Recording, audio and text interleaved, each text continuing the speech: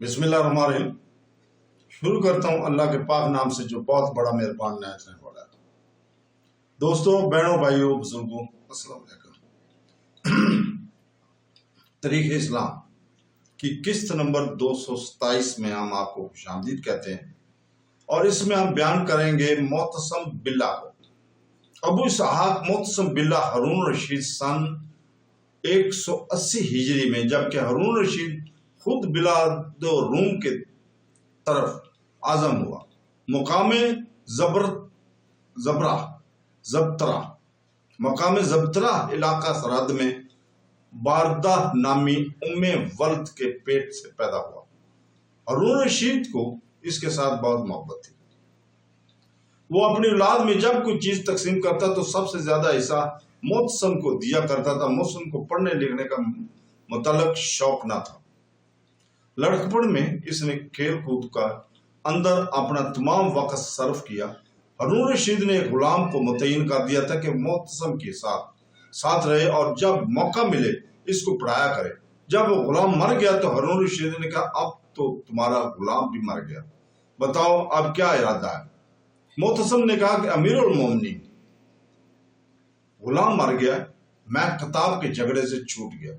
معتصم کی نسبت مشہور ہے کہ وہ بالکل امی تھا، مگر صحیح یہ ہے کہ وہ بہت ہی کم پڑھنا جانتا تھا اور اپنا نام وغیرہ لکھ سکتا تھا، مگر چونکہ شاہی خاندان اور علماء کی صحبت میں پرورش پائی تھی اور ہارون اور مامون کے زمانے کی علمی مجلسوں کے تماشے خوب دیکھے تھے، اس لیے اس کی واقفیت بہت وسیع تھی۔ معتصم نہایت تنومند، پہلوان اور بہادر شخص تھا، ساتھ ہی وہ سپہ سالاری کی قابلیت اعلیٰ درجے کا رکھتا تھا۔ ابن ابی داؤد کا قول ہے کہ معتصم اکثر اپنا بازو میری طرف لا کر کہا کرتا تھا کہ میں اس میں خوب زور سے کاٹوں۔ میں دانتوں سے کاٹتا اور معتصم کہتا کہ مجھ کو کچھ بھی معلوم نہیں ہوا۔ میں پھر کاٹتا اور پھر بھی کوئی اثر نہ ہوتا۔ میرے دانتوں کا کیا اثر ہوتا، اس پر تو نیزہ کا بھی اثر نہیں ہو سکتا تھا۔ معتصم اکثر اپنی 2 انگلیوں سے آدمی کے پنجے کی ہڈی دبا کر توڑ دیا ڈالا کرتا تھا۔ معتصم کبھی کبھی خود بھی شعر کہتا اور شعراء کی خوب قدردانی کرتا تھا۔ مسئلہ خلق قرآن پاک کے خبط میں وہ اپنے بھائی مامون رشید کی طرح مبتلا تھا۔ جس طرح مامون نے علماء کو اس مسئلہ کے متعلق اذیتیں پہنچائیں، اسی طرح معتصم باللہ عباسی نے بھی علماء کو تنگ کیا۔ حضرت امام احمد بن حنبل رحمۃ اللہ علیہ کو اسی مسئلہ خلق قرآن کے متعلق نہایت بے رحمی اور بے دردی سے تکلیفیں اور اذیتیں پہنچائیں۔ مامون رشید کے عہد خلافت میں معتصم باللہ شام اور مصر کا گورنر تھا۔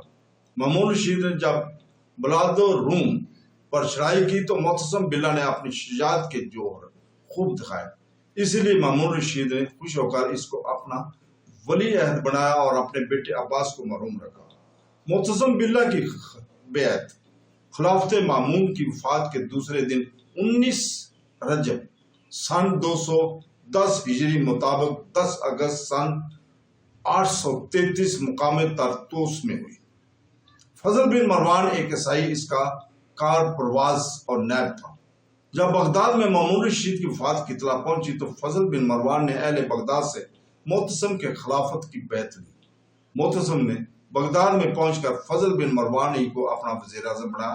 مقام طرطوس میں جب معتصم کے ہاتھ پر بیعت ہوئی تو فوج کے اکثر اراکین نے عباس بن مامون کا نام لیا کہ وہ خلافت کا زیادہ مستحق ہے۔ معتصم نے عباس کو طلب کیا اور اس سے معتصم کے ہاتھ پر بیعت کی۔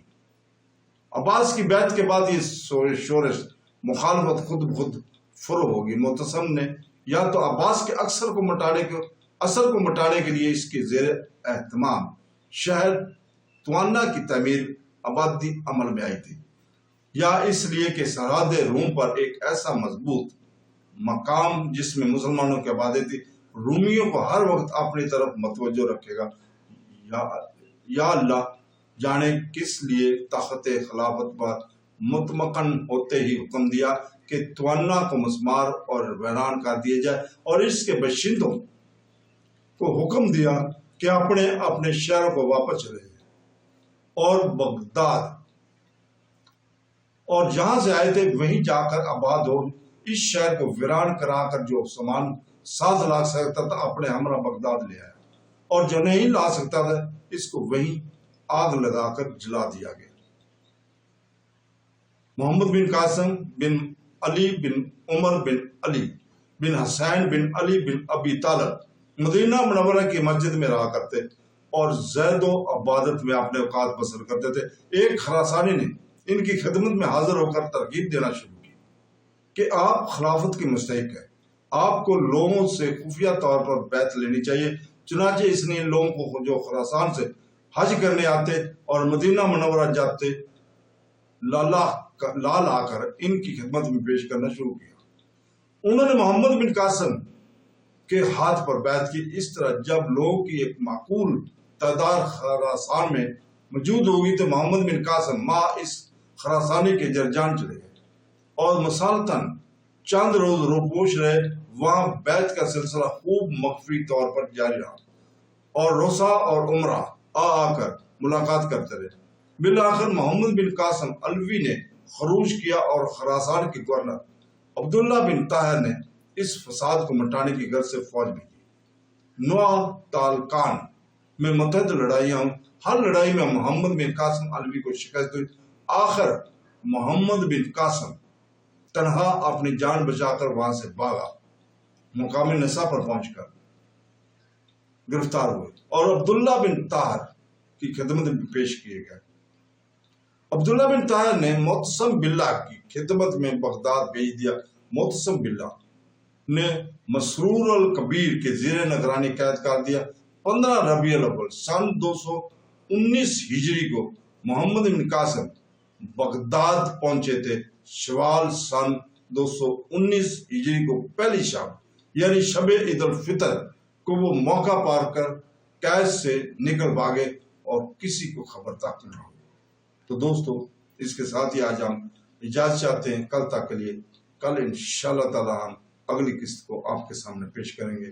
اللہ حافظ۔